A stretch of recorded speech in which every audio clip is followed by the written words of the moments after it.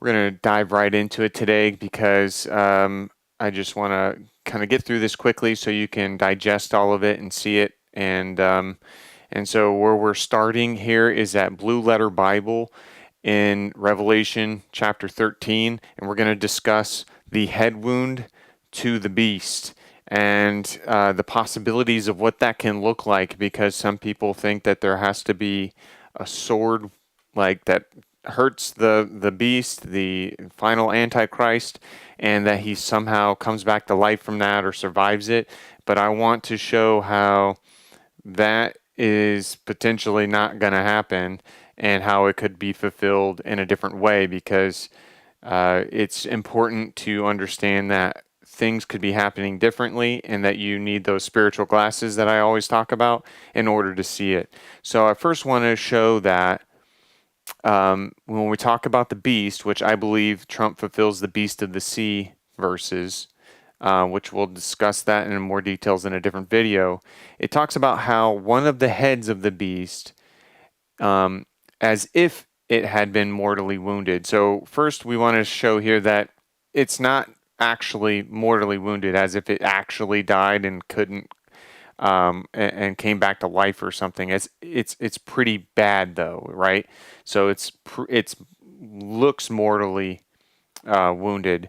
So I don't want to dwell on this too much, but I do want to show the word heads, because people think that the head is actually talking about the person or the beast's physical head.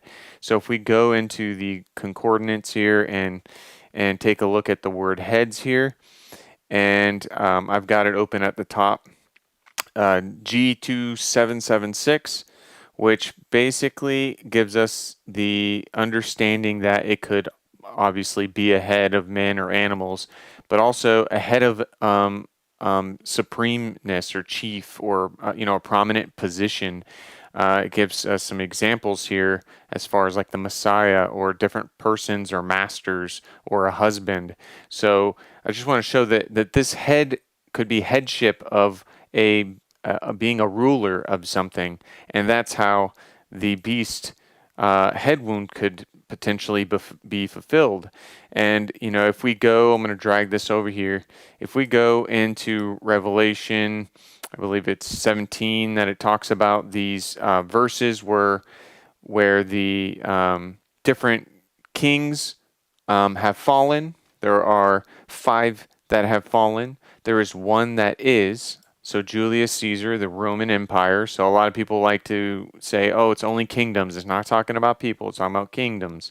But there are people that are ruling that kingdom when it fails. But I want to show here that, we have King George that ruled for a short time, and then the revived Roman Empire, as far as the American Empire, being run by Trump, because he's the beast that was and is not, and is himself also the 8th, and is of the 7, is going to perdition. So the same spirit that was ruling the Roman Empire and that was in Julius Caesar when he was killed by a sword, that spirit has lived on and came, and I now believe is inside of Trump. So that spirit here in the revived Roman Empire is now in Trump. Now, I want to show that there's many levels to Scripture. I believe this could be fulfilled in many different ways, and this is kind of what I was shown, is that still in our modern time, we could see how there are 5 headships, 5 rulerships in this current kingdom that have fallen. Trump was the 6th one, and he is the one who is. And then you have Biden, who comes in for a short time, and then Trump returns, and he is the beast that was and is not, and himself is also the 8th and of the 7, and is going to perdition/hell. So I wanted to show that how there are many layers and levels to Scripture that I believe you could fulfill in different ways. And I'm not saying I could fulfill. I mean that Yahweh, our Elohim, could fulfill. He could make it easy for us to understand. He could make the same thing true in so many different ways.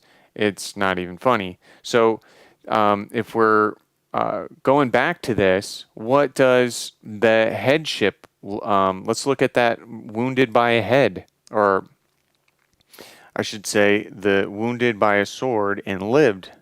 So we're coming down here, and the beast from the earth exercises all the authority of the first beast and causes the earth and those who dwell in it to worship the first beast whose deadly wound was healed.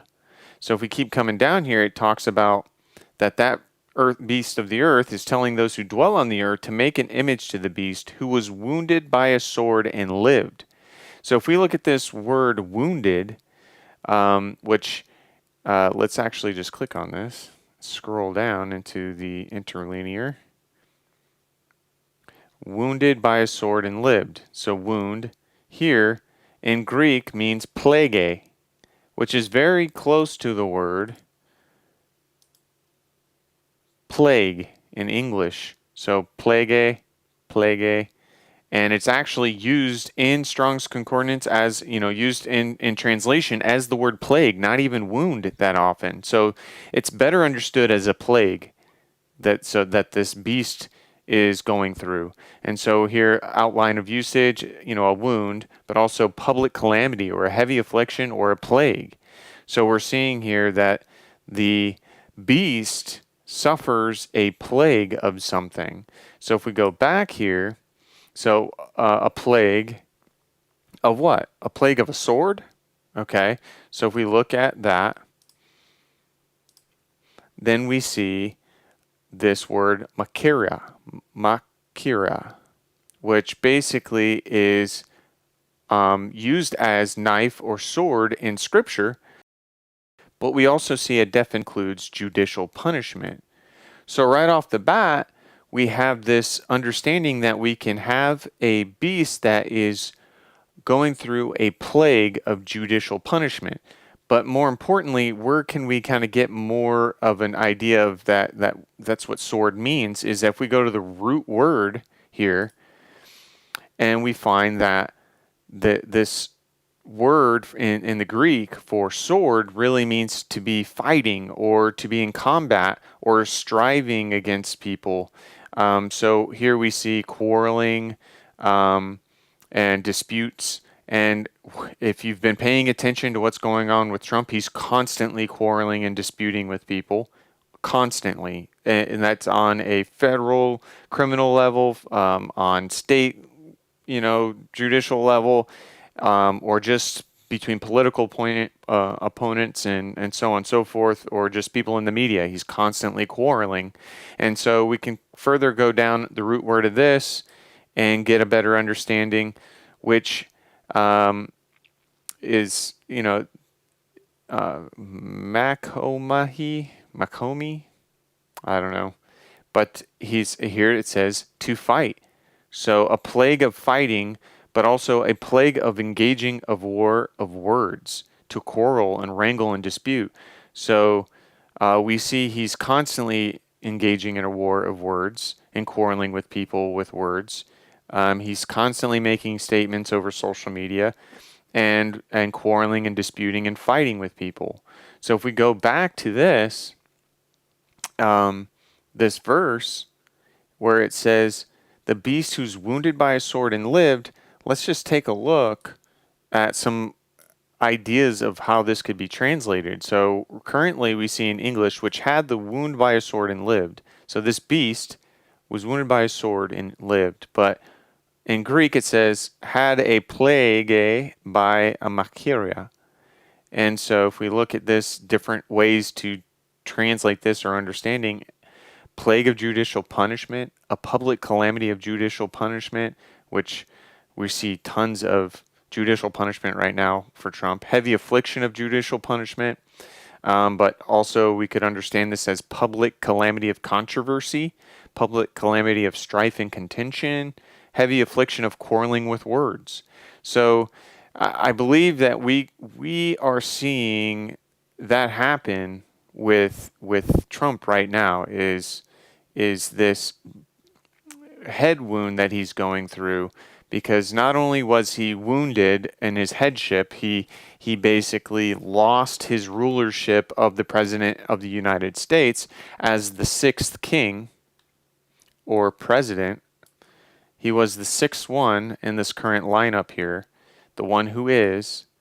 And then Biden is the one that comes for a short time, and then he's going to come back. He's going to survive through all of this, and he will return as the eighth king and fulfill this layer of the same verses that a lot of people like to look at them in this way. They like to fill in these verses with just the different kingdoms.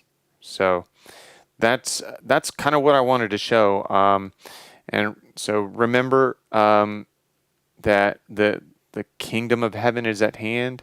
That we don't have time to play around anymore. You need to get right. You need to seek a relationship with Messiah, the true Messiah, Yahushua Jesus. And I pray that happens for you. And thank you for your time.